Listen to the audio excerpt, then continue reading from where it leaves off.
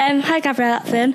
So how's the tour going? Amazing. I'm really tired though. I need a day off, and I get a day off day after tomorrow. So apart from that, it's amazing and it's all wonderful. So for our listeners, could you first give us a summary of who you are and what you do? I'm Gabrielle. I play music. I write and sing my own songs. Have you always wanted to be a singer? I guess so. It was more something I did, and as the opportunities came along, I realised it more. It wasn't more. I didn't really go out looking for it. Like I went to school and I've tried sixth form. I dropped out of that, but I kind of had a plan, I suppose. Who are your biggest musical influences? Nick Drake, I like, but Bob Dylan for writing, and Bruce Springsteen, and other artists like that. So you've just been signed to Parlophone Records, which is pretty huge. What does it feel like being part of the same label as things like Coldplay? Amazing, but I didn't really think about it at the time because I got so lost in all the meetings and everything. I still feel like I'm not part of it. Like I just feel like I've gone and signed a bit of paper and nothing has changed. Does that mean we can expect an album soon? Yes, I'm going to start it. Like, it's all written. I'm just going to start recording as soon as the tour's done. Will you start stuff from EPs that you've done already, or is it going to be completely like fresh new stuff?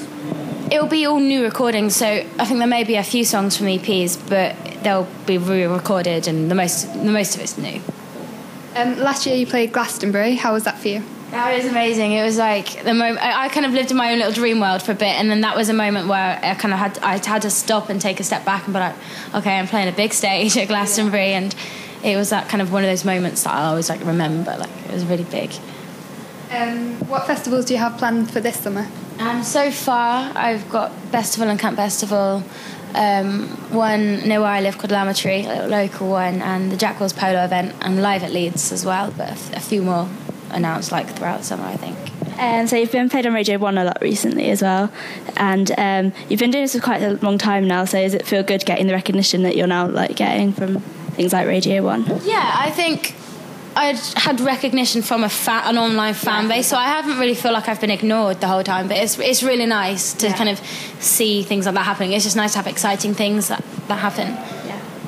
And you're on tour with Gotcha recently. How was your reception over in Belgium and Holland? Was that pretty good? Yeah, like kind of Dutch people especially are so nice, and I just found everyone was just really, really, really receptive and nice.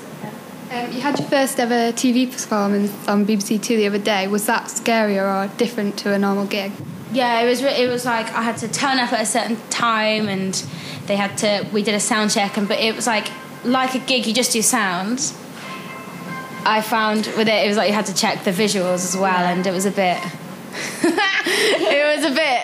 it was quite overwhelming, and then I had hair and makeup and all sorts of weird things that wouldn't matter at a gig. Like my fringe was here and they tried to cut it. They were like, because it's covering your eyes. I was like, oh, it matter. And they were like, no, it does. So those are things that you have to consider. What would you say your highlight of your musical career is so far? So far? I don't know. I think the whole thing as a whole has been quite a big thing. Like, even though I'm not playing arenas or anything, but there's been some things that for a signed artist, unsigned artist, it's quite a big deal, I suppose. Sorry, I'm literally my brain.